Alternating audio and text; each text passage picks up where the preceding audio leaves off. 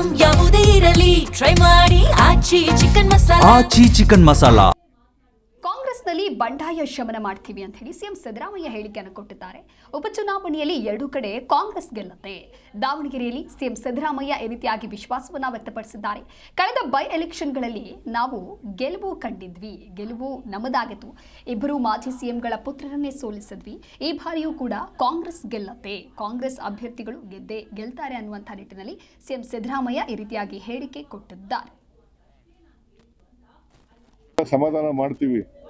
ಈ ಅಲ್ಪಸಂಖ್ಯಾತರು, ನಾವು ಅಲ್ಪಸಂಖ್ಯಾತರ ಪರವಾಗಿರ್ತಕ್ಕಂಥವ್ರು, ಅವರಿಗೆ ರಕ್ಷಣೆ ಕೊಡ್ತಕ್ಕಂಥವ್ರು ನಾವು. ಚಿಕ್ಕವನಲ್ಲಿ ಬಸವರಾಜ ಬೊಮ್ಮಾಯಿ ಅವರ ಮಗನ ಮೇಲೆ ಗೆದ್ದವ್ರು ಯಾರು? ಪಠಾಣ್ ಅಂದ್ರೆ ಯಾರು? ಪೈಲ್ವಾನ್ ಪಠಾಣ್.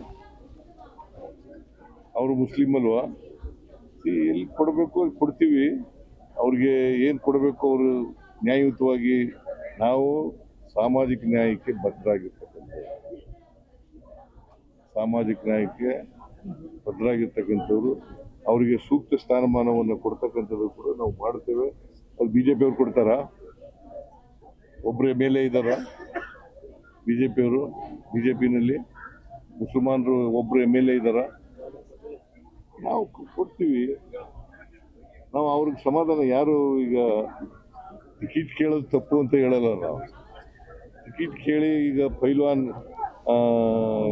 ಸಾದಿಕ್ ಅನ್ನೋರು ನಿಂತಿದ್ದಾರೆ ಬಾಗಲಕೋಟೆಯಲ್ಲಿ. ಅವ್ರಿಗೆ ಸಮಾಧಾನ ಮಾಡಿ ದಾವಣಗೆರೆಯಲ್ಲಿ ಅವ್ರನ್ನ ವಾಪಸ್ ತೆಗಿಸ್ತಕ್ಕಂಥದ್ದು. ಅವ್ರಿಗೆಲ್ಲ ಸಮಾಧಾನ ಮಾಡ್ತೀವಿ. ಈ ಅಲ್ಪಸಂಖ್ಯಾತರು, ನಾವು ಸಿಎಂ ಸಿದ್ದರಾಮಯ್ಯ ಈ ರೀತಿಯಾಗಿ ಹೇಳಿಕೆಯನ್ನ ಕೊಟ್ಟಿದ್ದಾರೆ. ಕಾಂಗ್ರೆಸ್ನಲ್ಲಿ ಬಂಡಾಯ ಅನ್ನೋದನ್ನ ಶಮನ ಮಾಡ್ತೇವೆ.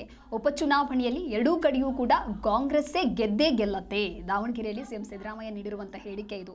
ಕಳೆದ ಬೈ ಎಲೆಕ್ಷನ್ಗಳಲ್ಲಿ ಏನೇನಾಗಿತ್ತು ಅಂತ ಹೇಳಿದ್ರೆ ಅಲ್ಲೂ ಕೂಡ ನಾವು ಗೆಲುವನ್ನ ಕಂಡಿದ್ವಿ. ಇಬ್ರು ಮಾಜಿ ಸಿಎಂಗಳ ಪುತ್ರರನ್ನೇ ನಾವು ಸೋಲಿಸಿದ್ವಿ.